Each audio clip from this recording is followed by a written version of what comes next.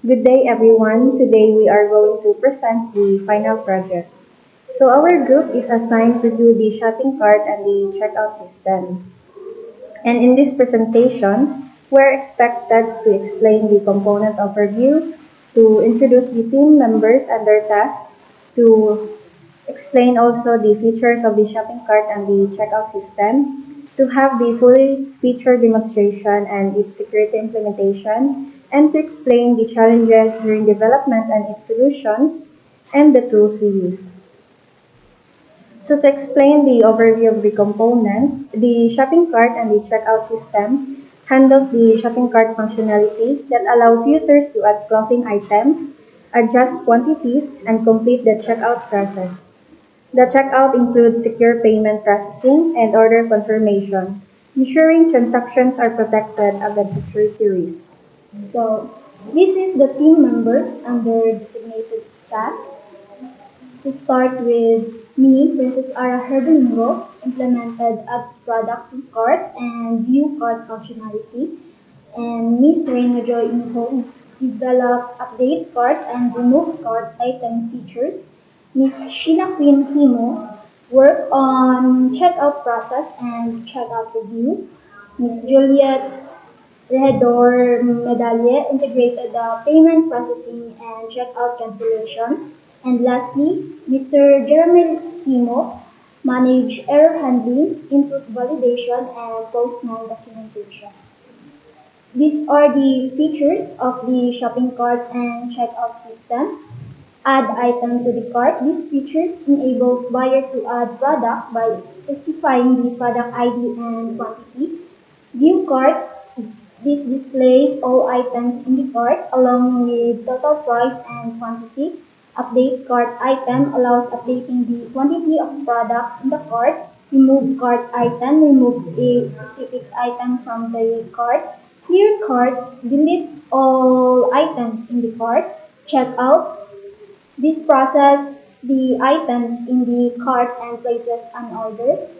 Checkout review displays details of the most recent checkout. Checkout confirmation confirm the buyer order. Checkout payment handle payment for completed checkouts. Then lastly, cancel checkout cancels an existing order before processing. For the demonstration, we are using Postman. And starting by add item to the cart, we use the post method. And the these are the parameters that we use, the product ID and the quantity of the product. So once we send a request, there is a success message.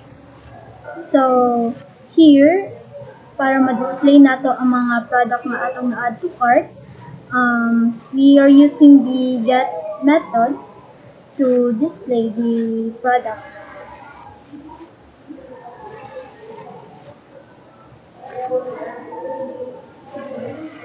So, sa pag-display niya sa products, na ang product ID, product name, price, the quantity, and the total price of the product. And now I will be demonstrating the update cart, remove cart, and the clear cart. So as we can see here, we have the existing cart which has a product ID number 2 and we want to update its quantity. We will just use the put method and change its quantity. So for example, we want to update it into 5 and then after updating, it will say the product quantity updated successfully. Now to remove a cart item, we will just use the delete method and then change the product ID of what are the existing products that we want to remove.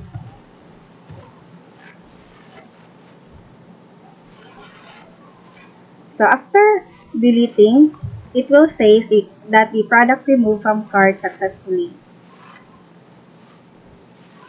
So what if the user wants to clear its cart? So we will just use the delete method and clear all, and then it will say that the cart is cleared successfully and the cart is now empty. So now we will proceed to the checkout.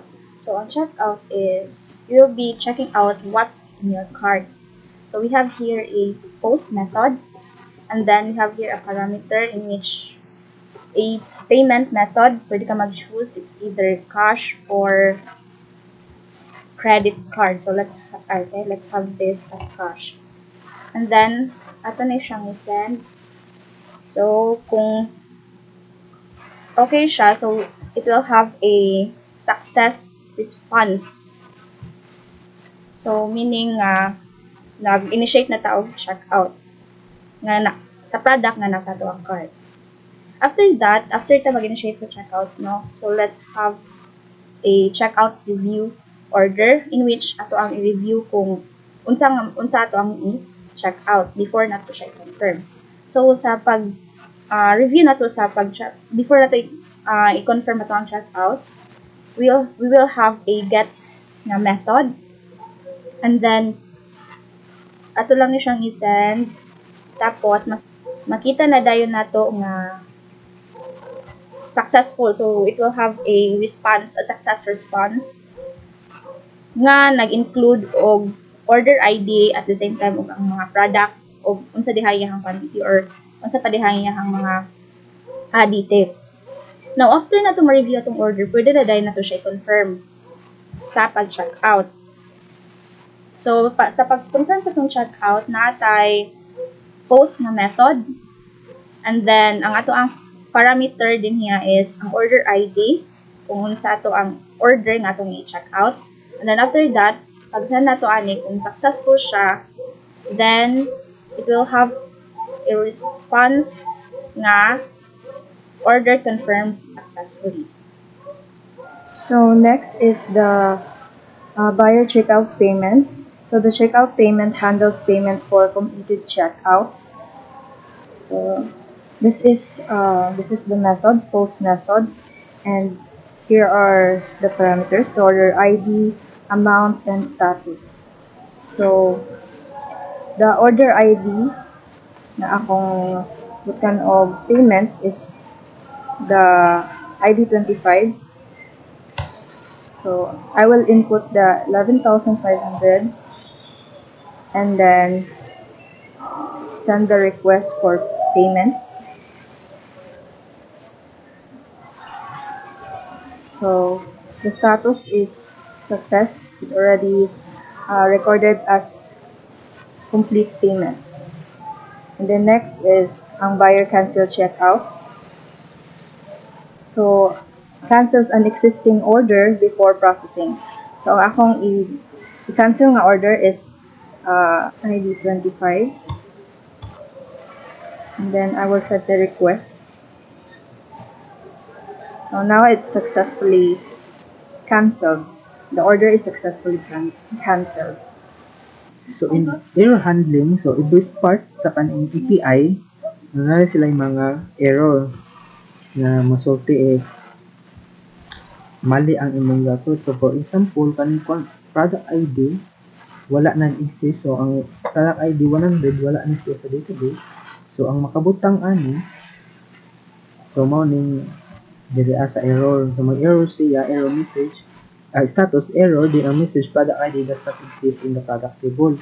So another example, so kaning product ID nga sa update cart item, so wala sa may bugog 100.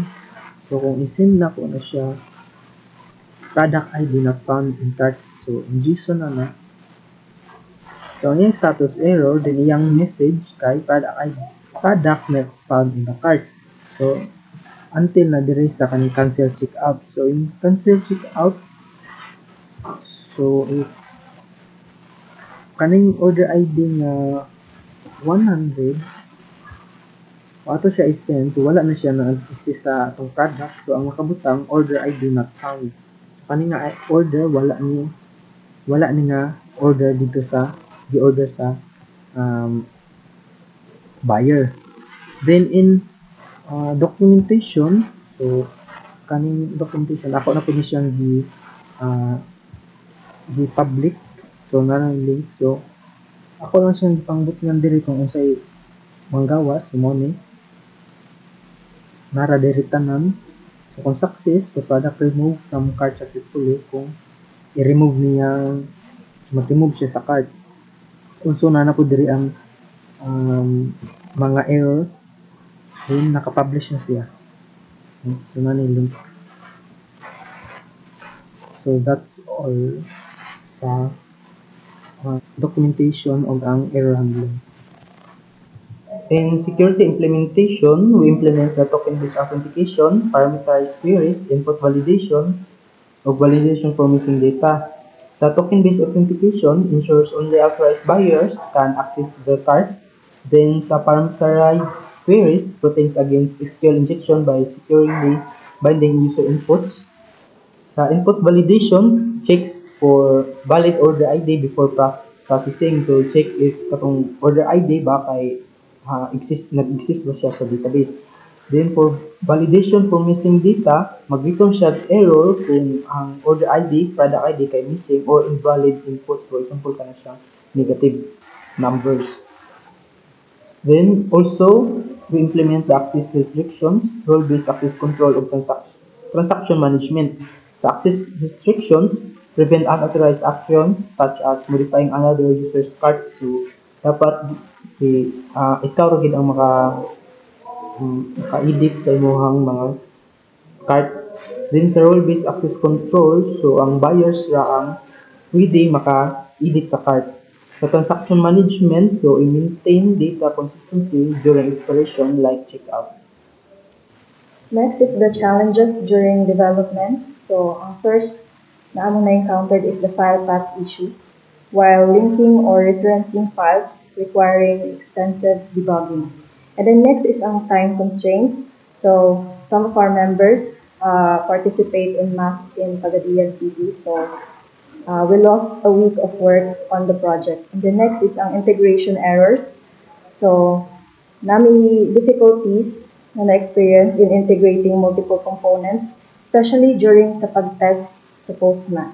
And the next is edge cases. So, nami i-add nga validation logic nga needed to handle scenarios like invalid product IDs, duplicate entries, and empty cart situations.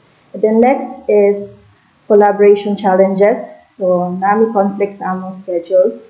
Each of the team members delayed regular meetings. And the next is errors in Git operations. So, namin na-encountered ng mga issues while pushing and merging code with other components, including conflicts that require manual resolution and result retesting to ensure compatibility. And the solutions to the challenges mentioned, specifically for the file path issues, we check thoroughly to make sure the file paths are correct and consistent in different setups across modules. Now, for the time constraints, to compensate for the time lost in this project, nag-adjust ni sa among time for meetings and making this project our priority to make sure nga maapas na mo human best before the deadline. Now, for the integration errors, we thoroughly tested individual modules using Postman and also, of course, documented the API endpoints para walay ma-mismatch na makakause sa errors.